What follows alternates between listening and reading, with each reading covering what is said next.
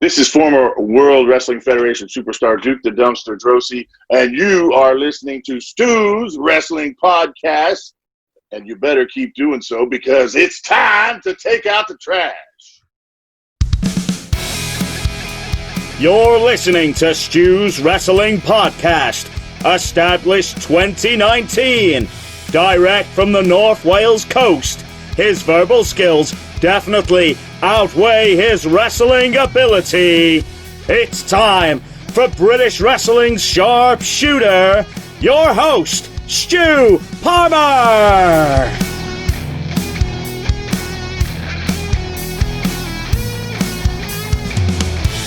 Well, it's episode 45. I couldn't have envisaged this.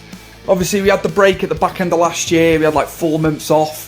And then January hit it hard, as I've said before. Chris Dutton's been editing, doing a stellar job as per usual. Really good. Anyway, let's get on to today's guest. You don't want to hear me rambling. It is Sonny Onoo, former manager for a lot of the Japanese stars that came through WCW at the time. Most notably managing Ultimo Dragon when Ultimo Dragon was winning all the belts, the original belt collector, as I like to call him.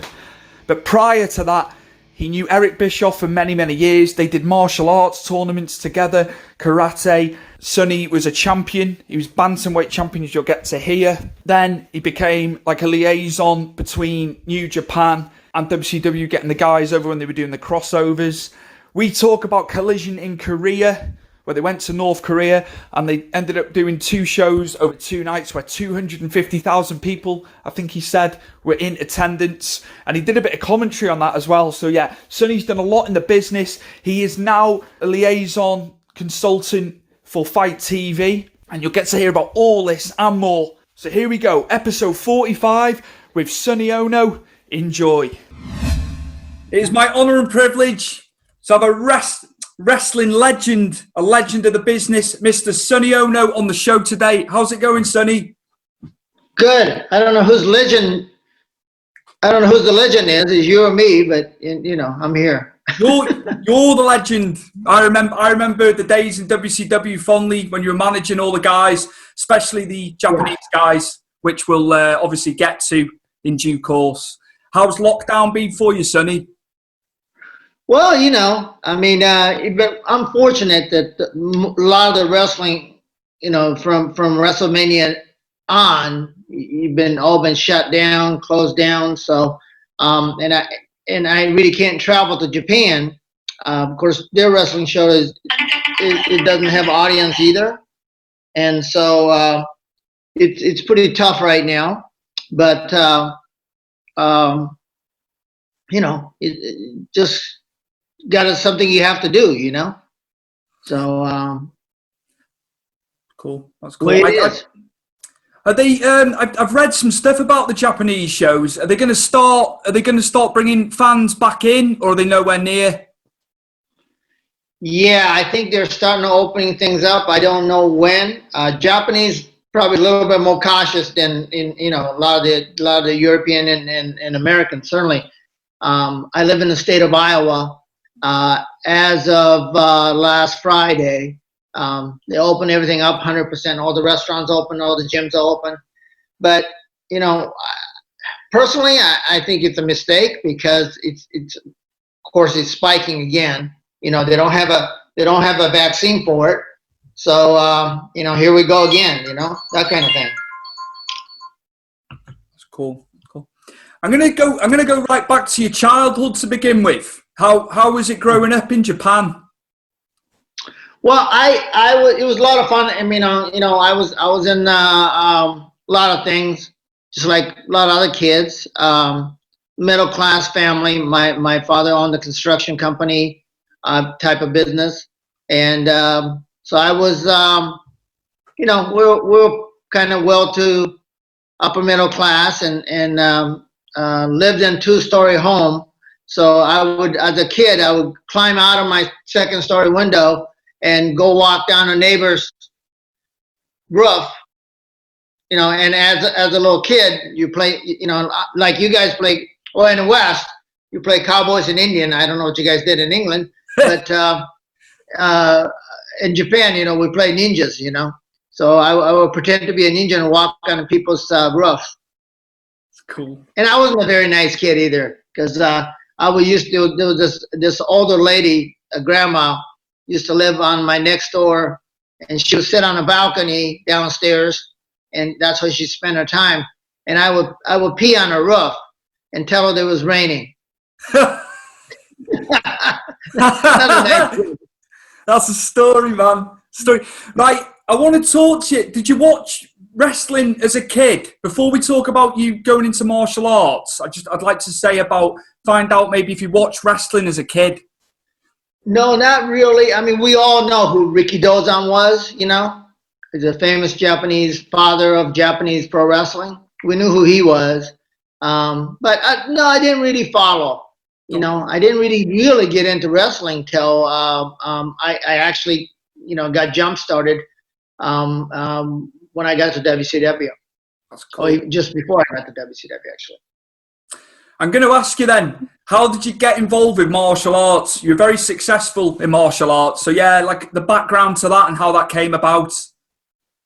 Yeah, I mean, I moved here when I was 11 years old to the United States. And as a small Japanese kid, it was kind of like a given that you're supposed to know some kind of martial arts, right? So I studied judo as a kid. I was in judo club in school. And so I was involved in just like you do here in the States. Your parents kind of let you try a lot of things, see what sticks, see what you like. So I did some fencing, which is kendo. And I did some judo, and I was pretty okay with judo as a kid, and got involved, because we practiced the same area, so watched the karate guys, and just got started in karate as a child, and we moved to the United States, and I couldn't find the a karate school right away, so I was in a judo club for a while, and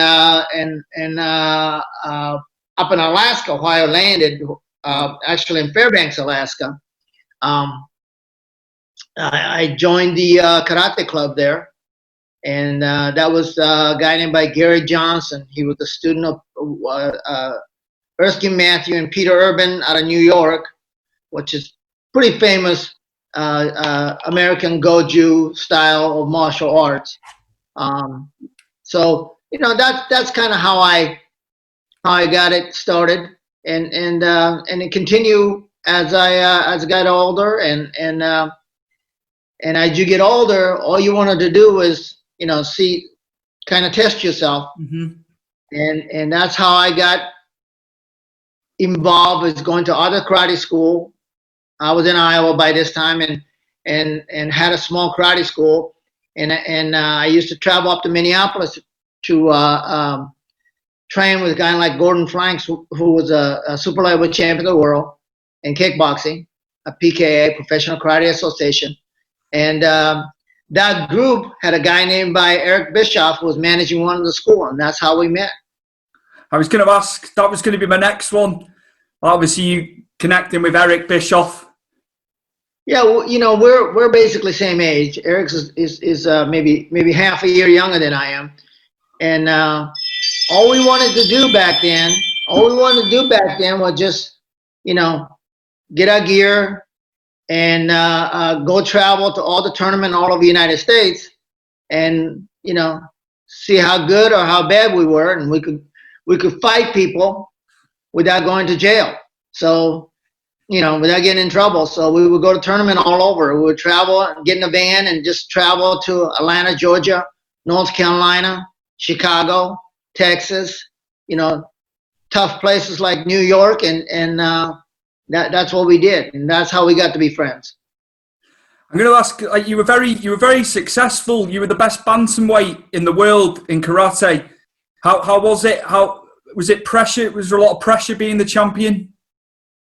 No, back then we barely made any money fighting. I mean, we probably paid more people, the trainers and stuff, more than anything else.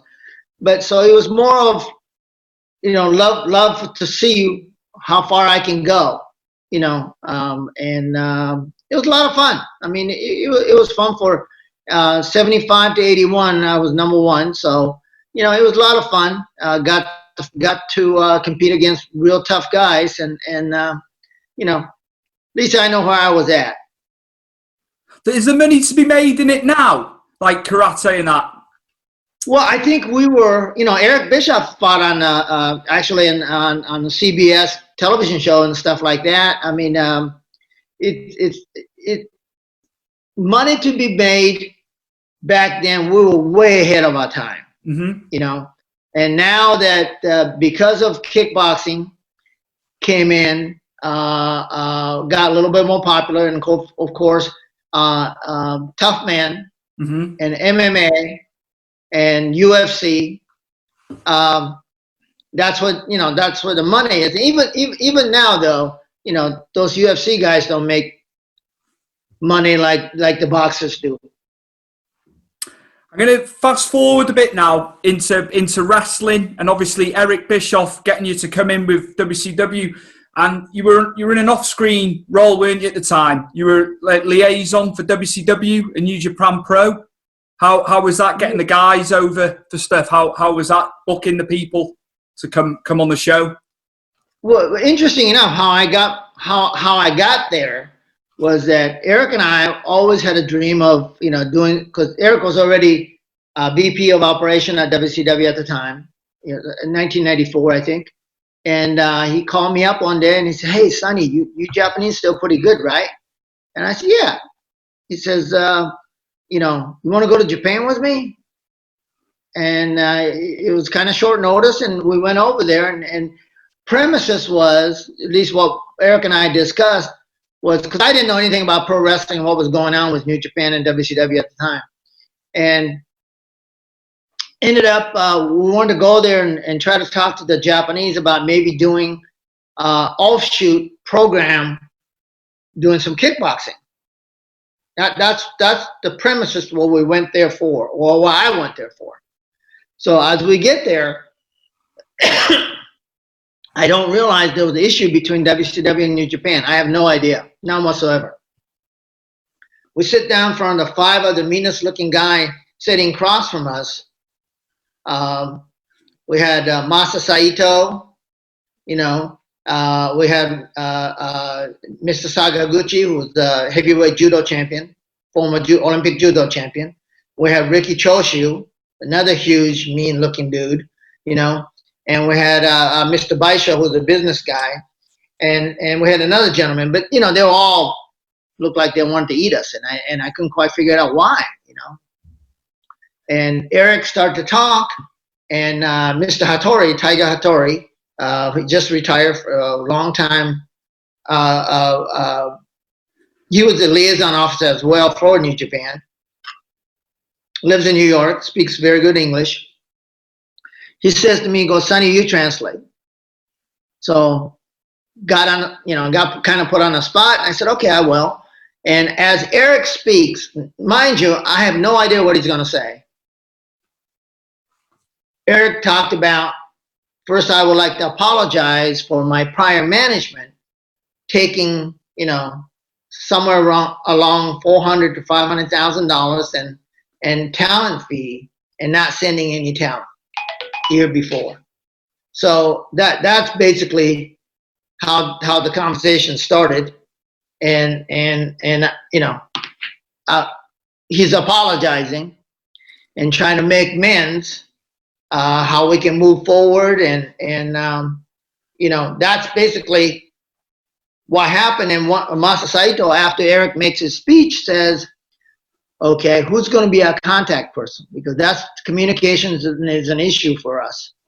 So Eric, without escaping a beat, he says, "Oh, that'll be Sonny. I'll always take Sonny's call."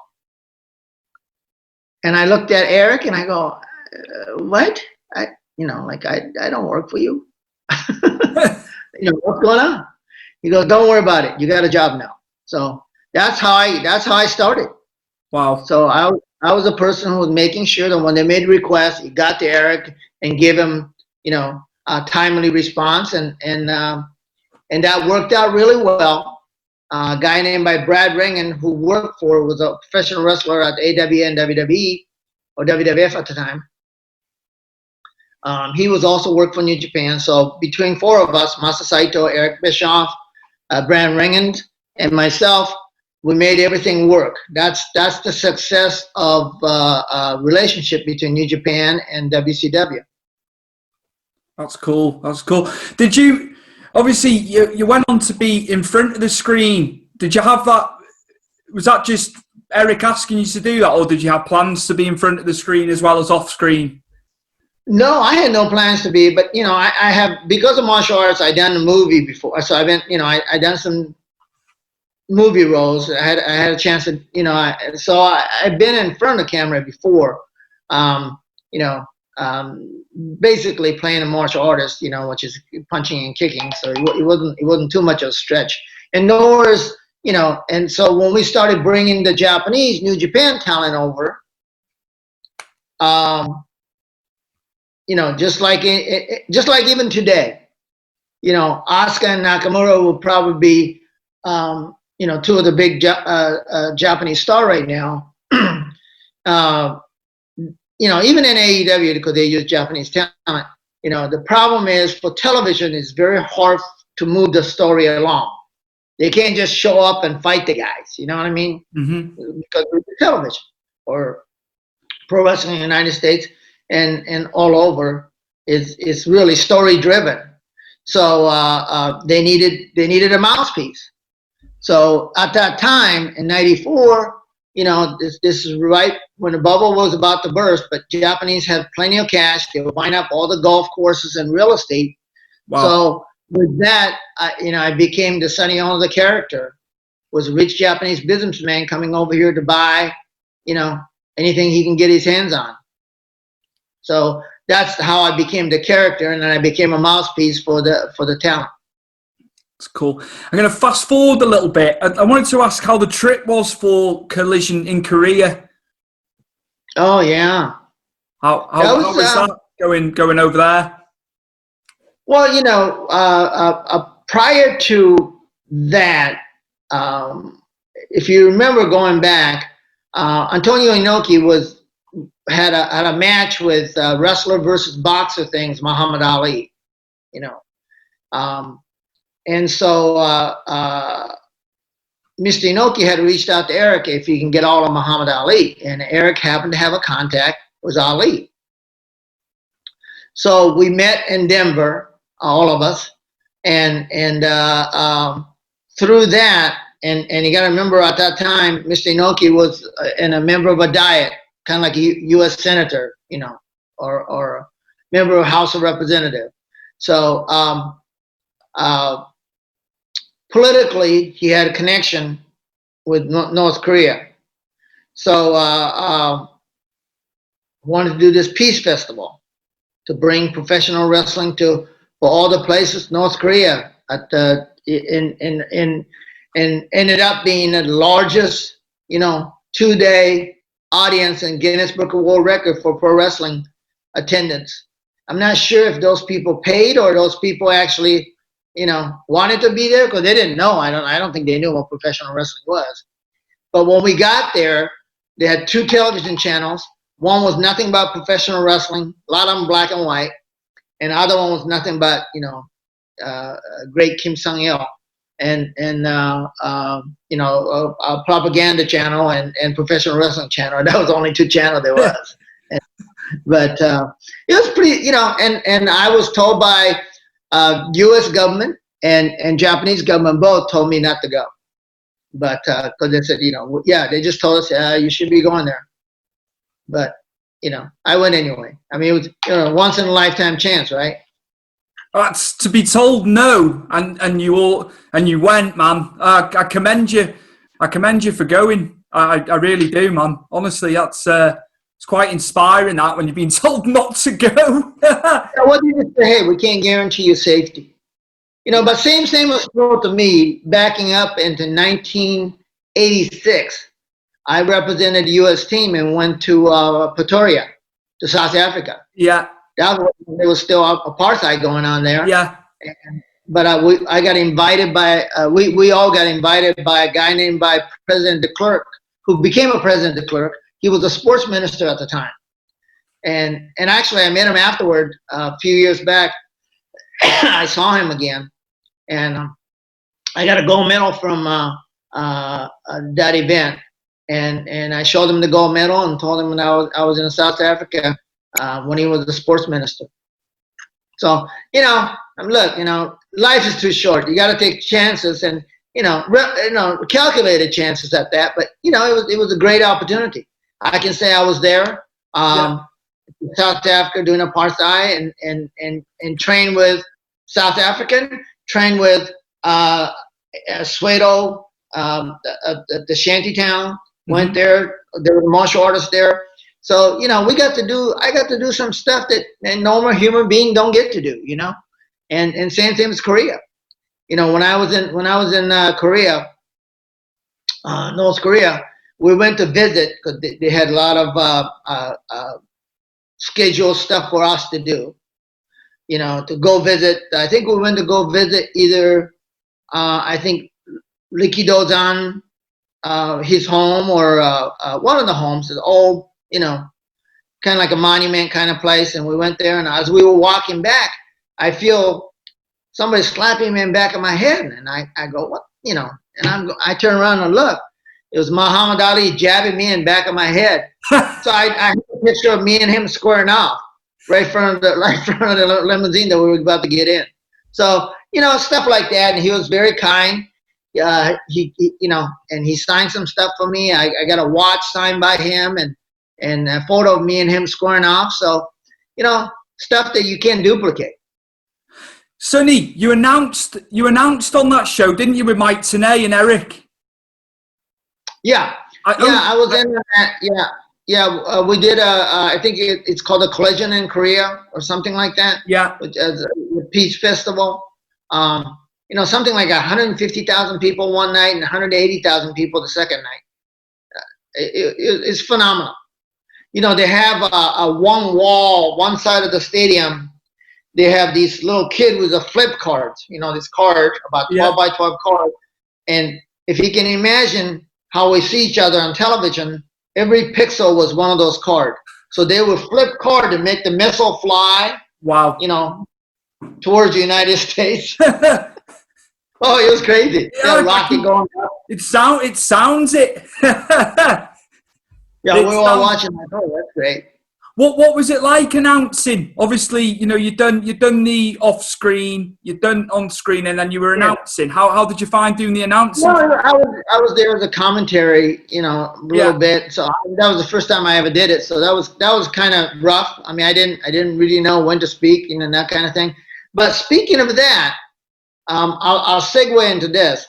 You talked about Japanese pro wrestling. There's a Pro Wrestling Noah, as you know, which is probably the second biggest, group. They have quite a bit of stars there. They started their production without a fans, place like Korakuen Hall and stuff like that. Just started in the March, and of course they're going now and in June. And DDT, Tokyo Joshi Pro Wrestling, which is Tokyo Women Pro Wrestling. That's a promotion, and as well as Pro Wrestling Noah. They're going to be bringing their show live to all over the world on a Fight TV. Fight TV is a platform that you can see, FITE. You can download it. It's free. And they got something like, 5 million people on the platform that you can watch. And they just asked me to do a voiceover for those programs in English. So I'll be doing a color commentary for those guys. Coming July, I'll be starting that. You work for Fight, don't you? I'm sorry? You do work for Fight, don't you? You've got a role within Fight TV. Or am I wrong? Yeah, I work at the Fight TV as just like I did at WCW. I'm an international consultant. So I work with mainly Japan, but work with other countries like Burma or Myanmar. In Korea, China. I work with mostly Asian countries, but so we bring these, unique programs, generally martial arts, MMA, fighting program. It's a combative sports channel, but FITE, you can download it. It's free. and there's a lot of free content out there. So it's going to be great. And last year, Fight sponsored us to bring. We did a tryout for Russell One program, which is a Muda's program, and we took 13 guys. We went to Japan to train there for 2 weeks, and a lot of those guys got to work at Russell One show, like in Korakuen Hall. And we're going to be doing that. We were supposed to do one this year, obviously, because what happened, we're not. But next year in 2021, we'll be resuming that again to discover the young talent here in the United States who wants to work in Japan, take them over there, train them for a couple of weeks on their style, learn their style, and actually be able to perform in Japan. That's a cool concept, that. I like it. Yeah. It's interesting for these young kids. There's so many great talents, especially over here in the UK. We've got some talent over here at the moment. I tell you, it's crazy. I tell you. And in 2021, we're planning on doing one there in UK. We have a plan. So a guy named by Matt Jarrett, he's a promoter. He does a show called Super Clash. Mm-hmm. And so in conjunction with his show, we're going to be bringing some Japanese talent over there, like Kaz Hayashi, and maybe some guys from Noah, like Marufuji, Kendo Kashin. I don't know who, but we'll be bringing some of those Japanese stars to Matt's event at Super Clash, and then we're likely at the same week, we're probably going to have a tryout for to bring some of those UK talent, European talent back to Japan. That's cool. I just want to go back to WCW, and obviously your time as a manager, initially obviously managing the Japanese guys. How was that with the Japanese guys on Nitro every week and the pay-per-views? Because they're such a great talent as far as wrestling, they're very colorful. Their entrances, they're Jushin Thunder Liger, Kensuke Sasaki, Chono, of course, Great Muta, Masa Saito, Kanemoto, Otani. Those are the guys I managed. We had a guy like Tenzan, and so we had a lot of those top Japanese New Japan talent here in the U.S. And of course, with that, they started, NWO Japan, which is the biggest angle New Japan ever had. They sold in 1998. They sold something like $7 million worth of T-shirt in Japan. Wow. Yeah. So it was quite the deal for them. Quite the angle for them, and very successful business relationship we had. I'm just going to ask. Obviously, you worked the angles with Chono and Great Muta, and obviously, Great Muta spat the venom on you. How was that? How was it doing the angle with the guys?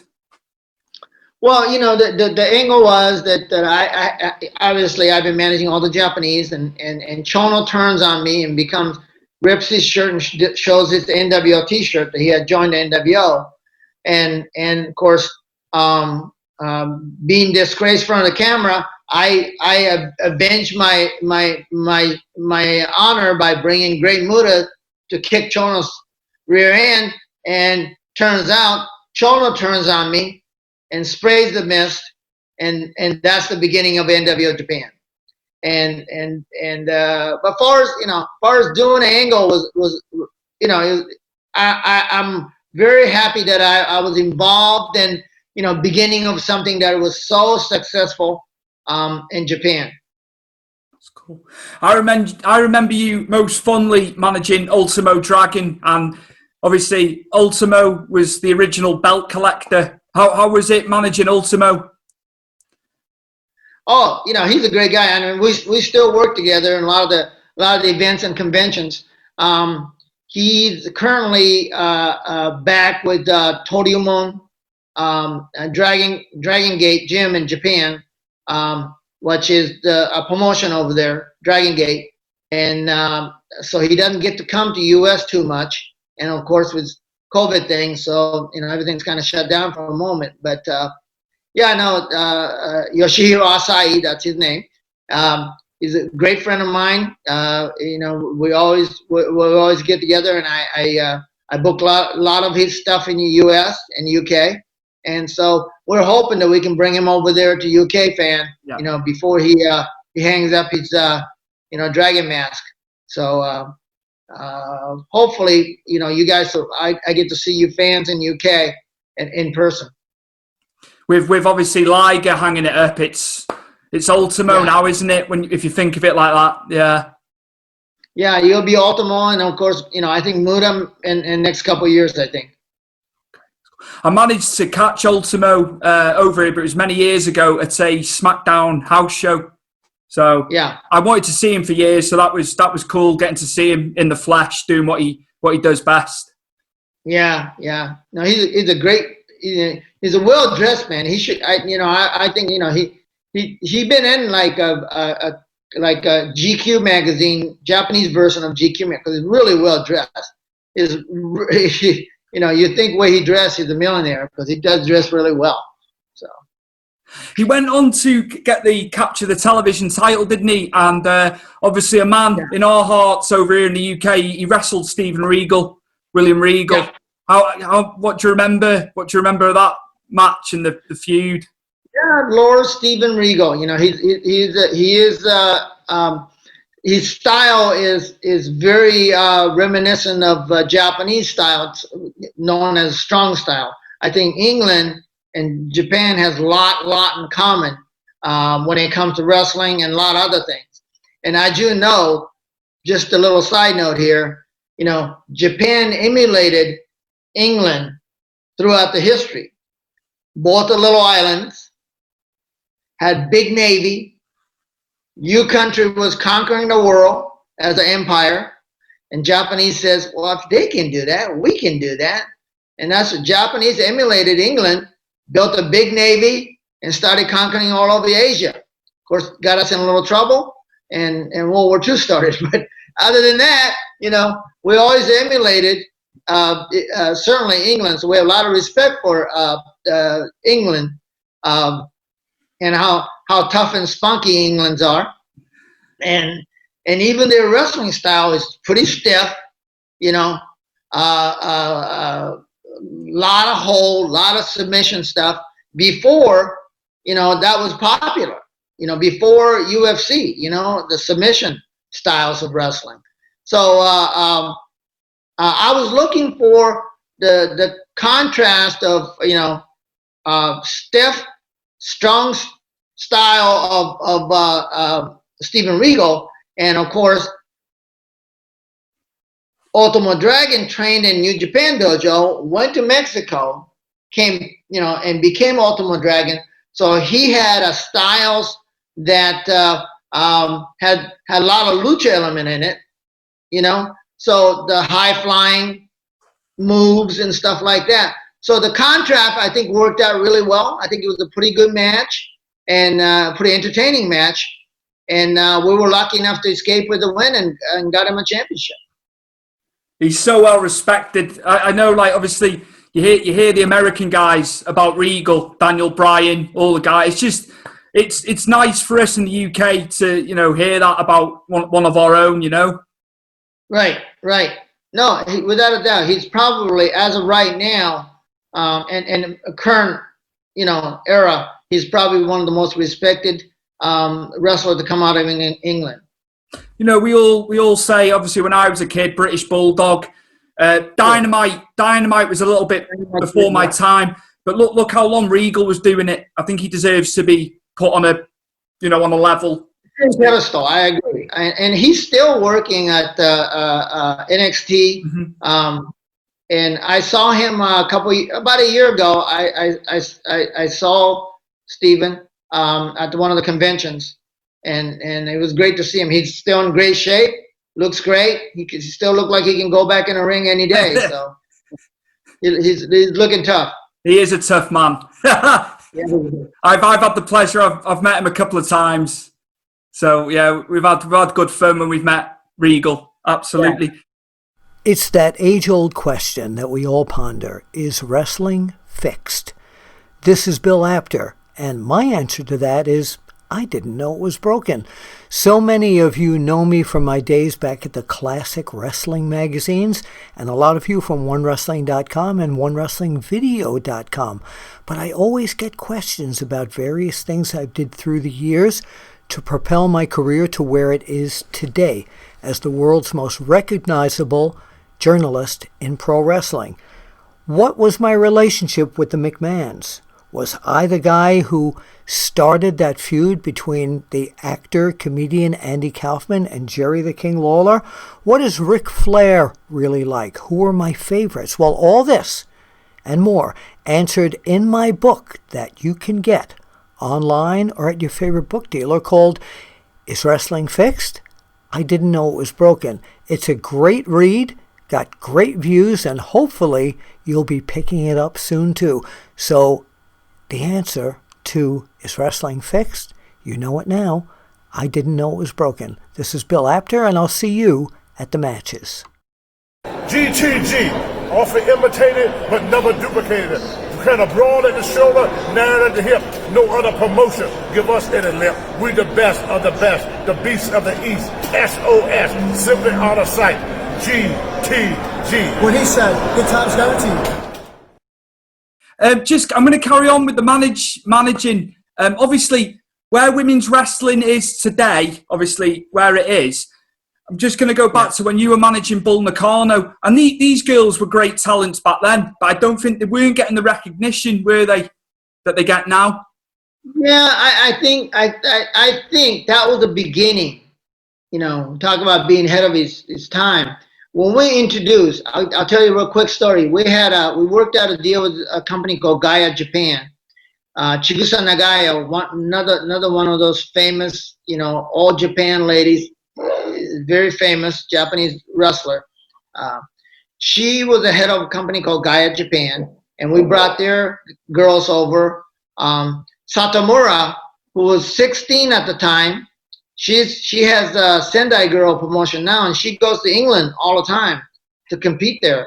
And so a lot of girls from that era still wrestles. And girl style, if you go to YouTube and look at some of those All Japan ladies, or even now some of the matches, they're so stiff and so tight, so clean on their moves. It's amazing. So I had a Cutie Suzuki wrestler and a girl named Ozaki, and both these girls probably weigh maybe 125 pounds at best. Tiny little things that could move and do some amazing, scary moves. And we opened the show, I believe it was in Virginia. Kevin Sullivan was a booker, and we opened the show with these two girls going at each other. That's one of the first time we introduced female wrestling, ladies wrestling in the United States. And they just tore it down. I mean, it was amazing. I mean, Boyce in the back was giving these girls ovations when they came back and behind the curtain. That's how great he was. Kevin Sullivan tells me that these girls are phenomenal. We're going to, they're here for about 10 days. We're going to put them on every show we can put them on. Great. So I tell the girls that, I translate it. And we go to, I think day after we had it was a Nitro or another television taping, what it was. Anyway, so I see the girl's name is not on the board, on the card. And I go to Kevin Sullivan and I go, hey, you were all that about the girls. What, they're only here for a week. What, what are you going to use them? He says, Sonny, I got to tell you, this is a shoot. This is a true story. He says to me, he goes, Sonny, I got to tell you, I don't think I can put the girls back on. I said, why is that? He says, well, they're making our boys look bad. They're so much better than our boys. I don't think we can put them on TV. I go, well, that's silly. But yeah, that's what Kevin Sullivan told me that. And ended up, I think they did one other show before they went home. But, that's how great they are. And I believe that. So we were so ahead of our time. You got to remember, when a girl came back on American television, like WWF and WWE, they were eye candy mostly. Mm-hmm. They're you know what I mean? They weren't really quote unquote wrestlers like they are now. So we were 20 plus a year ahead of a time. So when Medusa came into WCW, the problem was for us is find somebody Medusa can work with, and thus Bo Nakano came in. That's why just to get her, somebody she can feud with. That's why I worked with Medusa a lot as an opposing manager with Akira Hokuto, who is even today. I just did a television show last December in Japan at Fuji Television about her belt, because she is still WCW World Women Champion. She still has a belt. I mean, she's still, she never lost it. So we talked about that, and the Fuji TV actually came to my home, went to North Carolina at the convention, flew me to Japan, treated me like $1 million, and we did a live television show there. And Akira Hokuto is very famous television personality in Japan. Nobody really knows her. She's not famous because of Akira Hokuto, the wrestler. She's Akira Hokuto as a television personality, and she's one of the most famous television personality in Japan right now. Wow. Just to close out with the management, this is going to be my last question in your role as a manager.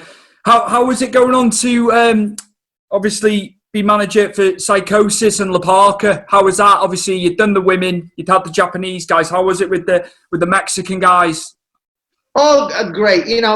Problem at that time, the Mexican didn't have a manager and it wasn't really represented. And there's such a phenomenal talent, Psychosis, El Dandy, Damien, La Parka, Silver King, who passed away last year or earlier this year. Those amazing talents. And, WCW, I'm glad they were there at WCW because they got to showcase. What was great about WCW at the time when we had 2 and 3 hour Nitro show is that we could really give you a full meal courses. You know what I mean? We can open the show with something great, like Juventud versus Ultimo Dragon, classic, all those guys, you didn't need to know the backstory.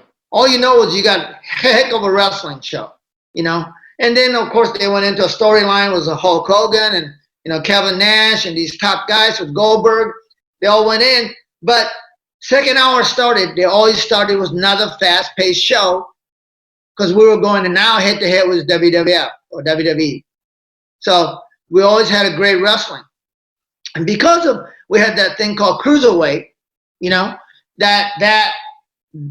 was, how we got New Japan talent over to WCW, Chris Benoit, Dean Malenko, Eddie Guerrero, Ultimo Dragon, and of course Chris Jericho. Those guys came in to fill that role, and they moved on to become a huge star, obviously, at the main roster on top, top of the card. So I think, giving Eric a little bit of feather on his cap by introducing the cruiserweights and the ladies, and without a doubt, guys like Rey Mysterio, who went on even now become a big star in WWE. So I think you have to give credit where credit is due. Sonny, I want to check that this will be off camera. I just want to check with this next question that you're right to answer it. No, go ahead. You can ask me whatever you want. I just wanted to be respectful, because I didn't know. It's just obviously it was when you were released by WCW when Eric was gone. So just checking before I asked it. No, it's perfectly fine. Okay, that's fine. I'll ask it. You were released in November '99 by WCW. Eric was gone, and there was a lawsuit with AOL Time Warner. Could you just maybe tell us a little bit about what happened, what occurred with that? Well, there was what happened was Eric was already gone. I think he was gone in September. I was managing a guy named by Ernest Miller, the Cat. Mm-hmm. Very entertaining. We both have a martial art background. So my role as being the manager of Ernest Miller was different than what I did prior, because prior I worked with people who didn't speak English. So I was their mouthpiece. So now my role with Ernest Miller was more of a sidekick. I was a little bit of comedy relief. We did a lot of funny stuff, and we did the kind of like Chris Tucker, Jackie Chan thing. That was our thing. And we had a lot of fun doing it. Guy named by Vince Russo came in, and prior to him coming in, it's like a day or two after he came in, he made this very derogatory statement, a public statement. Anybody can find it on the internet, in regard to I can almost recite you what he says. What he said was that on I think it was one of the interviews, he said he writes for, basically said, I'm paraphrasing, that he writes for American fans. He's from America, and he doesn't give a shit about the Japanese, doesn't give a shit about the Japanese, doesn't give a shit about the Mexican. I'm from America, and that's what I want to see. So, problem with that statement is that, first of all, he didn't know what Japanese and what Mexican talent was WCW. Okay, he never spoke to any of us prior to making that statement. He just assumed that, according to him, and if you listen to his excuse why he said it, that because Mexican wears a mask, so you can't see their expression. Hard to write for. Japanese, and they don't speak English. Japanese, same deal. Okay. It doesn't matter how great the wrestler they were. So he wasn't going to use them, because he felt that American audience didn't give a shit about Japanese or Mexican wrestlers. So, making that statement, if you're management, now he'll tell you that, well, gee, I didn't fire Sonny. I don't have a power to fire anybody. He'll tell you that. But problem is, if you're the head writer for any television show, and if you say, I'm not going to use any Japanese, any Mexican on television, why are they going to keep you? They're not going to keep you on the roster, right? Mm-hmm. So that's what happened. Many of the Mexican all got terminated, along with me and the Japanese, like Yuji Nagata and Ultimo Dragon. All these guys were all gone. And what's funny about that is that, like, in August of '99, I just signed a 2-year deal.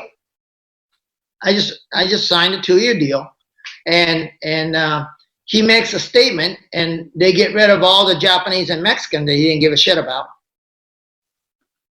It's kind of thing that you go, okay, that sounds like a discrimination to me, because what he didn't do, he didn't say, I don't like Sonny Onoo, I don't like Yuji Nagata, I don't like La Parka, I don't like Psychosis, I don't like El Dandy. Although all those names I mentioned is Japanese and Mexican, but they're a wrestler as well. So that might be hard for me to say, well, that's discrimination. It's a little bit of reach. Okay, he didn't say that. He said Japanese and Mexican. He used nationality as a reason to describe what he didn't give a shit about. And the problem is the guy like him who had a preconceived notion of what our capability was. He never spoke to me. He only spoke to me one time in Minneapolis, and I believe it was like in in maybe October. Minneapolis is not very far from me, so I went up there because I wasn't booked. But I went up there and I briefly say hello. But, so a guy like him, okay, and I'm not saying what he is now, but at least at that time when he made a statement, he surely didn't know or didn't give a shit, using his word, about what the consequence of his statement is, clearly. Because there's always reaction when you make a statement. When you person in the power of a head writer, there's a consequences, okay? So whether he realized it or not, that's what happened. So he's at fault, okay? Because he had what we call implicit bias, right? Implicit bias, preconceived idea of what anything can do, anything, anyone can have a reaction. So it's preconceived. It could be even subconscious. If you look up what implicit bias means, could be even be subconscious. But that's what he did. No different than that lady in New York with a dog. When a black man told her to leash her dog, she freaked out. Because whatever her conceived idea, how this African-American black man can tell her what to do. Although that is a rule of the park, that's when she flipped out, wanted to call the police and tell her that she was being attacked by a black man. How do you go from asking somebody to leash your dog to being attacked by a black man? And the reason why we know that is because it's on tape, obviously. It's on video. We all saw it.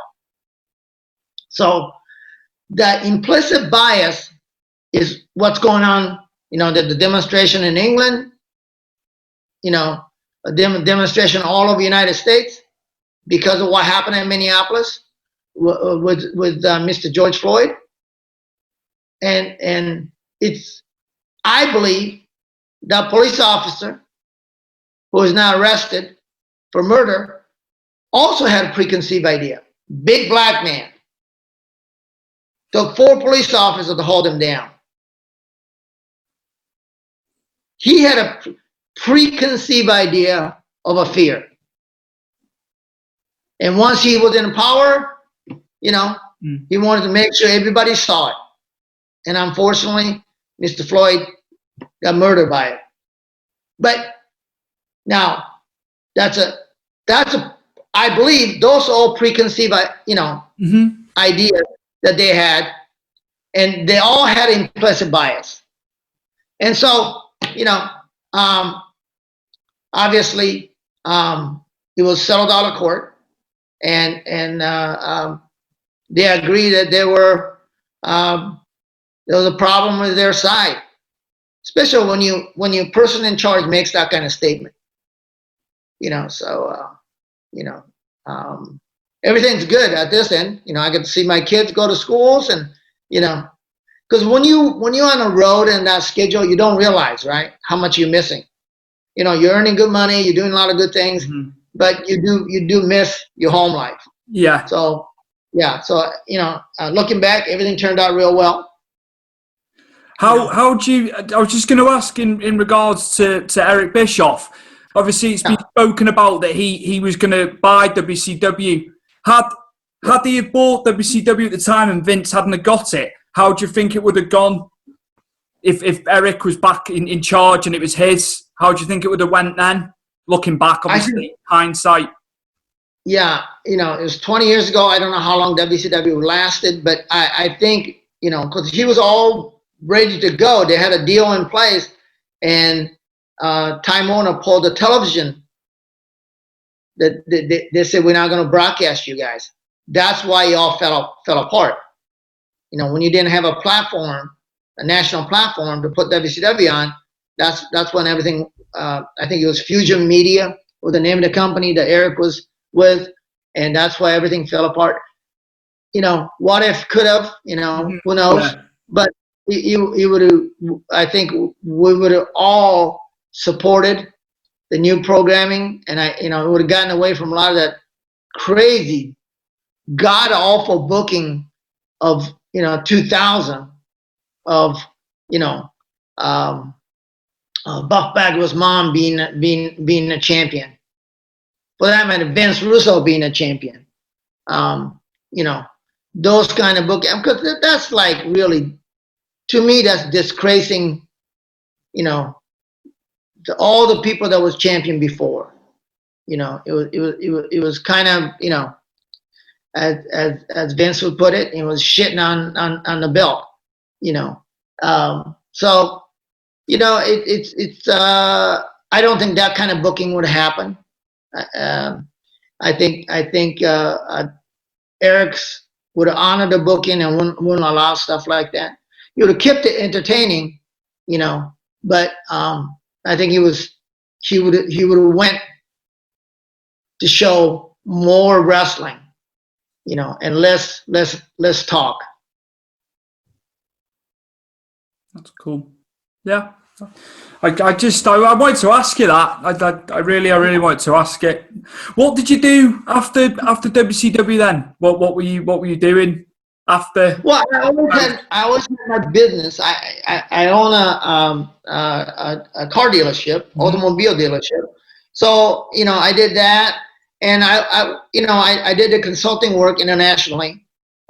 With various companies like Nippon Ham, and I did some stuff for, you know, EA Sports, and so, you know, I worked, but, you know, he got to do, and I own real estate, so commercial real estate, so you know, that makes my ends meet, and you know, I've been fortunate. I had plenty of time to spend a lot of time with my family.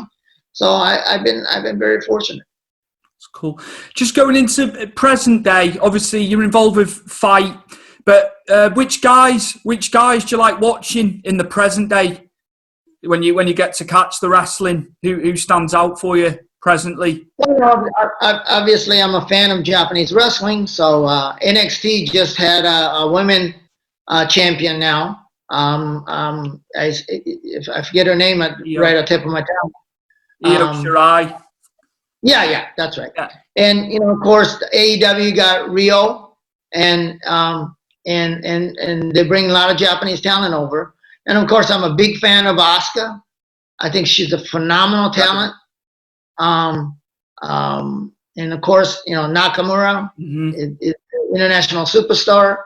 I remember Nakamura. I met him when he was with New Japan. And so, you know, so I'm a big fan of those guys. You know, as you know, was my background was international, and I feel many times it's too bad that, and something Vince Russo says right. It makes it very difficult for them to carry a story along when they can't cut a promo, or they can't carry along the storyline. You know, so I think they could probably use some kind of advocate for them, you know, that would probably go a long way for creating a storyline, or continuing the storyline anyway. I never understood, I don't know if they're still together now as a team. I never, like, Nakamura for me stands alone, but like when they paired him with Cesaro and Sami Zayn, I just didn't understand it. Like a man of the caliber of Nakamura, Cesaro doesn't need to be with somebody. And, you know, Sami Zayn, they can all stand alone, but specifically Nakamura, he'd be better off on his own, surely.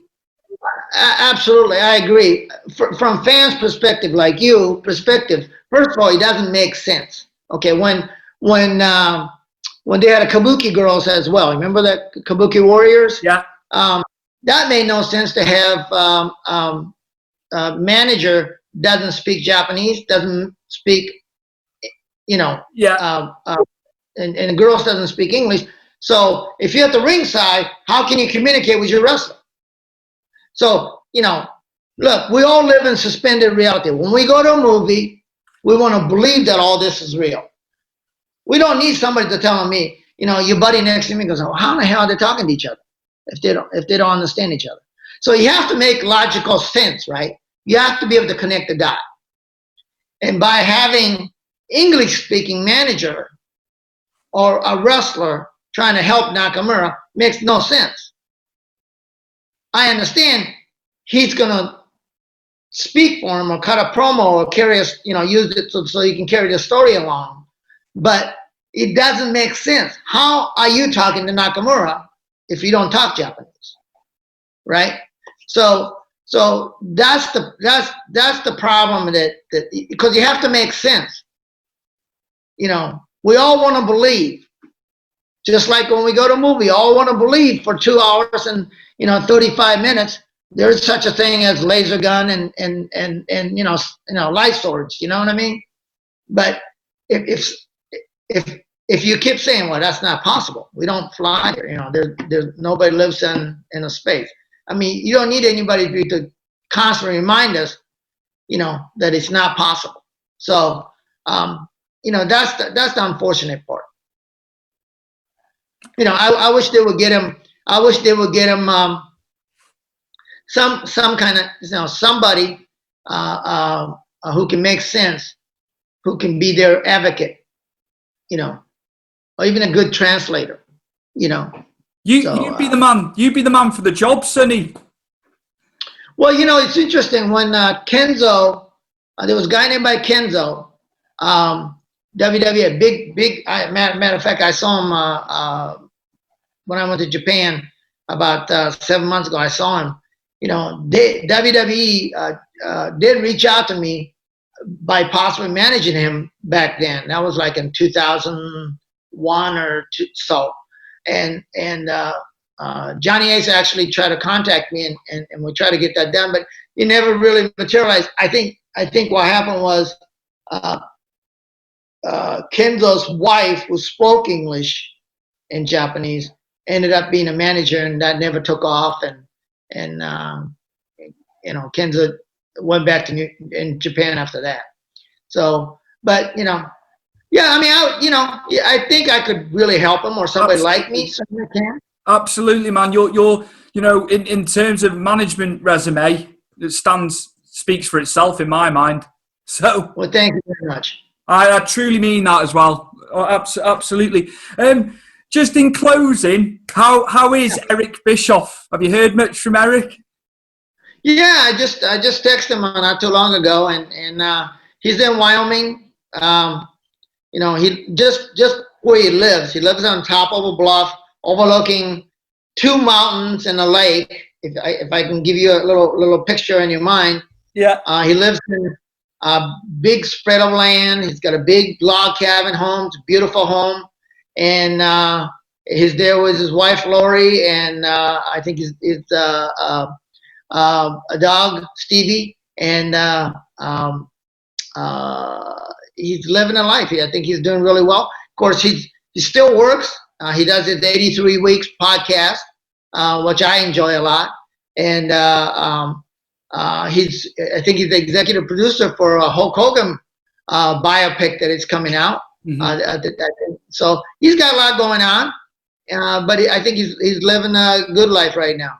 I'm trying to chase him down in the Wrestling UK chart on Apple. He's a bit above me at the moment. That's who I'm chasing, Mr. Bischoff.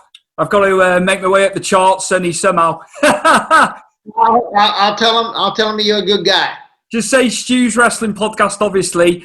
So yeah, I've got all the heavyweight guys above me in the chart, but we're doing quite well considering. So yeah, good deal. Absolutely. I like Eric's show. I like Eric's show too. Very good. Very, very, very good. But that's how huge the wrestling was back then. 20 years ago. We're talking about Eric's 83 Weeks. I mean, here we are 20-some years later. We're still talking about what happened behind the scene. What was it like? Everybody, all these fans still want to know, what was it like? And I can tell you amazing amount of story. What was it like? But it was crazy. It was fun, crazy. I enjoyed it. I rode it like a big surf wave.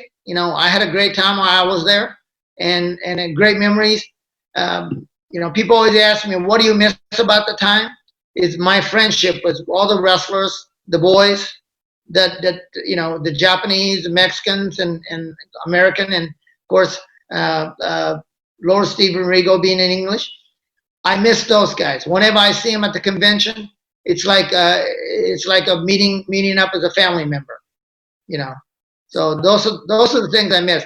I have no regret whatsoever. That's good answer. Sonny, just to close out now, last little bit, can you plug your social media where the viewers and listeners can find you?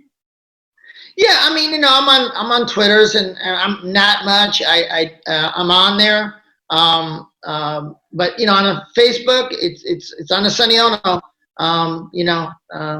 The guy who started up the selfie before they called it a selfie. I needed to ask you about that.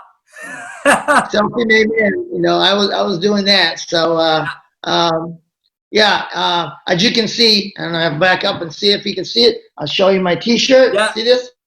That's the guy. That's cool, man. Yeah, and we have a project going on with. I have a project with the Great Muda that these characters, these cartoon characters, these called the chibis.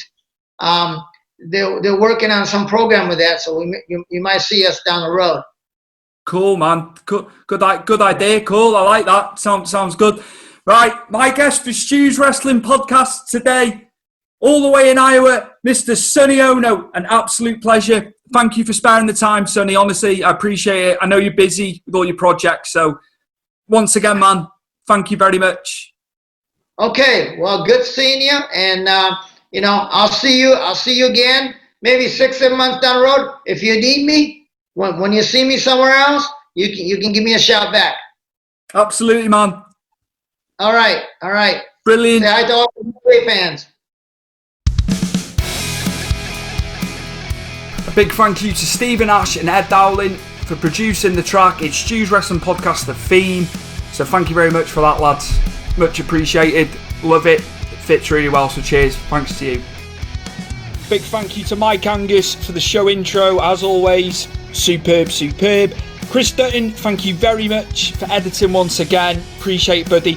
And also to Lee, who does my website. Lee puts the stuff up on the website. Without you guys, I'd be screwed. So once again, as always, appreciate everything you do for me and the time you spend doing the things you do for me. It means a lot, guys.